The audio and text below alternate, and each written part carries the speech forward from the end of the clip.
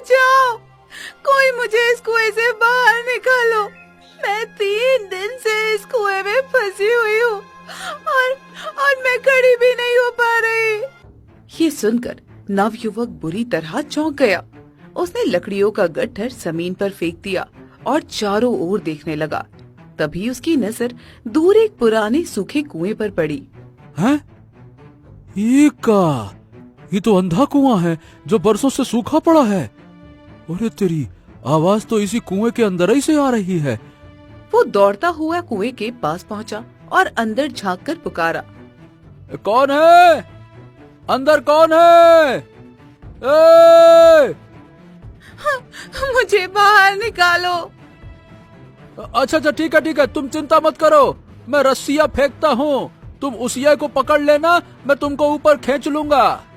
इतना कहकर वो अपनी झोपड़ी की ओर दौड़ पड़ा।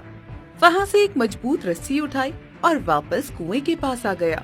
उसने रस्सी कुएं के अंदर फेंक दी। मैंने रस्सी फेंक दी है, अब तुम इसको पकड़ के ऊपर आ जाओ, मैं तुमको ऊपर खींच लेता हूँ, चलो। कुएं के भीतर एक लड़की अर्ध बेहोशी की हालत में जमीन पर पड़ी थी। उसने बड़ी मुश्किल से उठकर रस्सी पकड़ी। नवयुवक ने पूरी ताकत लगाकर उसे ऊपर खींचना शुरू किया। कुछ देर बाद वो लड़की को कुएं से बाहर निकाल लाया।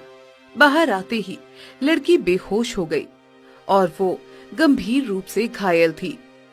हे भगवान, इसकी हालत तो बहुत ही गंभीर है, इसको तो तुरंत उपचार की जरूरत है। अगर इसका इलाज ना हुआ तो इसकी तो जान भी जा सकती है। वो उसे सावधानी से उठाकर अपनी झोपड़ी में ले गया। ओहो, अब मुझे जड़ी बूटी का इंतजाम करना होगा, चलो। वो जंगल में गया, आवश्यक जड़ी बूटियां तोड़ी और लड़की के घावों पर लेप लगाया। कुछ देर बाद लड़की को होश आ गया। हाँ, अब ये बताओ कौन हो तुम, और ये कुएं के अंदर कैसे गिर गई? लड़की फूट फूट कर रोने लगी। मेरा नाम गौरी है। इतना कहकर उसने अपनी आप बीती सुनानी शुरू करी। होशियारपुर गांव में पारुल और गौरी नाम की 2 पक्की सहेलियां रहती थी। दोनों बचपन से साथ थी। पारुल अनाथ थी और जंगल से लकड़ियां काटकर बेचकर अपना गुजारा करती थी। वहीं गौरी अपने बूढ़े माता पिता सुखदेव और कौशल्या के साथ रहती थी। एक सुबह सुखदेव खेत जाने की तैयारियां कर रहा था। अरे ओ कौशल्या, मैं खेत जा रहा हूँ, शाम को जल्दी वापस आ जाऊंगा। तभी पारुल वहाँ आई। ये क्या गौरी, मैं अपनी झोपड़ी में कब से तेरा इंतजार कर रही हूँ। क्या आज तू मेरे साथ जंगल नहीं जाएगी? और हाँ, याद है ना, आज हमें जंगल से कुछ फूल भी तोड़कर लाने हैं। आज माँ की तबीयत थोड़ी खराब थी तो पिताजी के लिए खाना बना रही थी, इसलिए समय पर नहीं आ पाई। गौरी ने अपने पिता की ओर देखा। पिताजी, मैं पारुल के साथ चली जाऊं? अच्छा, ये बता, अगर मैं मना करूं तो क्या तू मान जाएगी? है? गौरी मुस्कुराई और पारुल के साथ जंगल की ओर चल पड़ी। उनके जाते ही कौशल्या ने मुस्कुराते हुए कहा, इन दोनों की मित्रता की मिसाल तो आसपास के गांव तक में दी जाती है। समझ में नहीं आता, जब इनकी शादी हो जाएगी तो ये दोनों एक दूसरे के बिना कैसे रह पाएंगी। सुखदेव हंसते हुए खेत की ओर चला गया और काम में लग गया। जंगल में गौरी और पारुल फूल तोड़ रही थी। तभी गांव के जमींदार का पुत्र अर्जुन वहां आ पहुंचा। अरे पारुल और गौरी, तुम दोनों यहाँ क्या कर रही हो? हम दोनों जंगल में पुष्प तोड़ने के लिए आए हैं। अब मैं भी आज फूल तोड़ने आया हूँ। क्या है कि माँ ने पूजा रखी है और उन्हें ताजे फूल चाहिए थे।